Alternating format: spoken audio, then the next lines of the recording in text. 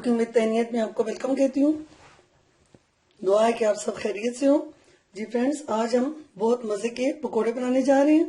वैसे तो पकोड़े हर घर में बनाए जाते हैं और सबको बहुत पसंद है, लेकिन आज मैं आपको थोड़ा सा डिफरेंट जो तरीका बताऊंगी और इसमें जो एक दो डिफरेंट चीजें डालूंगी, उसकी वजह से ये बहुत ज्यादा मजेदार पकोड़े बनेंगे और आपको बहुत ज्यादा पसंद आएंगे। इसके लिए जो मैंने जरूरी चीजें ली हैं वो आपको बता देती हूँ।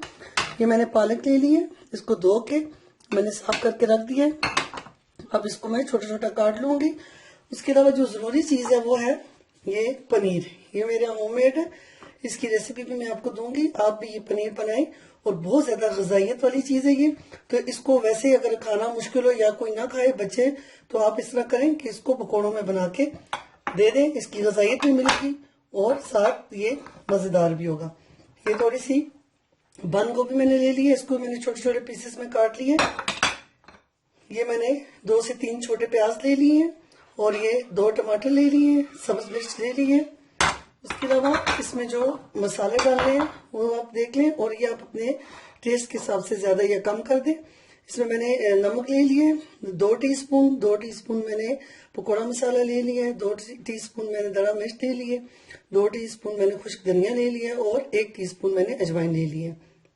अच्छा, और फिर मैंने इसमें 2 कप बेसन ले लिए। तो अब इन सब चीजों को हम पहले मिक्स करते हैं। जी ये देखें, पालक को मैंने छोटे छोटे पीसेस में कर लिए। अब इसको डाल देते हैं जितनी हमें जरूरत है। और ये पनीर इसको डाल देते हैं, बंद गोभी, ये जो मसाले मैंने आपको बताए थे, सब्ज मिर्च और बेसन, ये भी डालने के बाद ये प्याज और टमाटर मैंने आपको बताए थे, साथ में ये भी डाल। अच्छा, इन सब चीजों को हमने डाल दिए, इनको अच्छी तरह इस तरह आप मिक्स कर लें।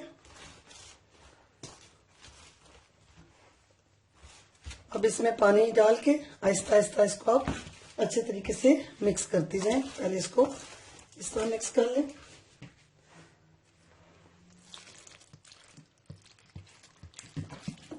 इसको बहुत ज्यादा आपने पतला भी नहीं करना और बहुत ज्यादा सख्त भी नहीं करना।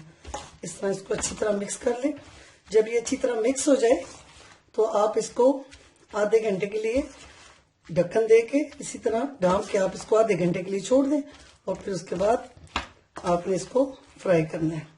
देखिए, हमारा जो पकौड़ों का मसाला है वो बहुत अच्छी तरह मिक्स हो चुका है और इसको मिक्स करने के बाद हमने इसको 1 घंटे तक छोड़ दिए। आपके पास भी अगर वक्त हो तो आप थोड़ा इसको छोड़ दें, तो फिर ये बहुत अच्छे से पकौड़े बनते हैं। ये देखिए, ना ये बहुत ज्यादा सख्त है और ना नरम। ये देखिए, अब ये बिल्कुल हमारा मसाला तैयार हो गया है। इस वक्त में हमने इसका नमक वगैरह भी चेक कर लिया है, सब बिल्कुल ठीक है। तो अब हम इसको जो है तल लेते हैं। ये ऑयल हमारा गर्म हो चुका है।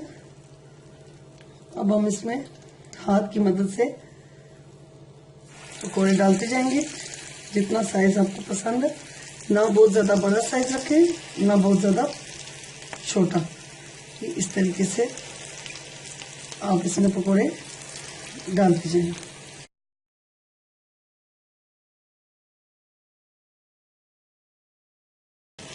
हमने पकौड़े डाल दिए।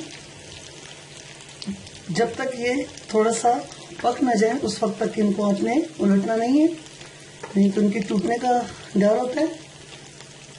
बस थोड़ा सा ये 2 मिनट तक फ्राई हो जाए। आंच मीडियम रखें, बहुत ज्यादा लो भी ना हो और तेज भी ना हो। देखें, एक साइड से ये गोल्डन हो चुके हैं। अब इनको आराम से आप दूसरी साइड से पलट लें।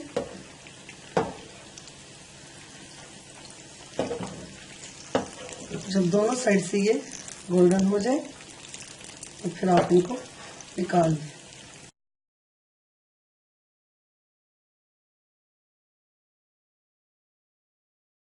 आप इनको मेरी रेसिपी से जरूर बनाएं। पुदीने और धनिया की चटनी के साथ इनको पेश करें। बहुत ज़्यादा मज़ा आता है इसमें। दोनों साइड से ये बिल्कुल गोल्डन हो चुके हैं। अब इनको हम निकाल लेते हैं।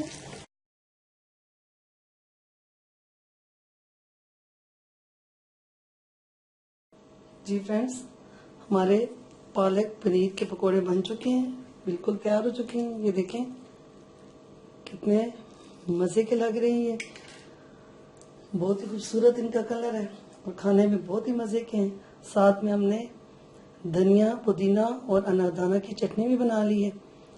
आप भी बिल्कुल मेरी रेसिपी से ये पालक और पनीर के पकोड़े बनाएं धनिया की चटनी के साथ, तो बहुत ज़्यादा सबको पसंद आएंगे। उम्मीद है कि आपको मेरी ये वीडियो बहुत पसंद आई होगी। अगर आपको मेरी ये वीडियो, ये रेसिपी पसंद आए तो मेरे चैनल को सब्सक्राइब करना ना भूलें और मुझे इजाज़त दें। अल्लाह हाफ़िज़।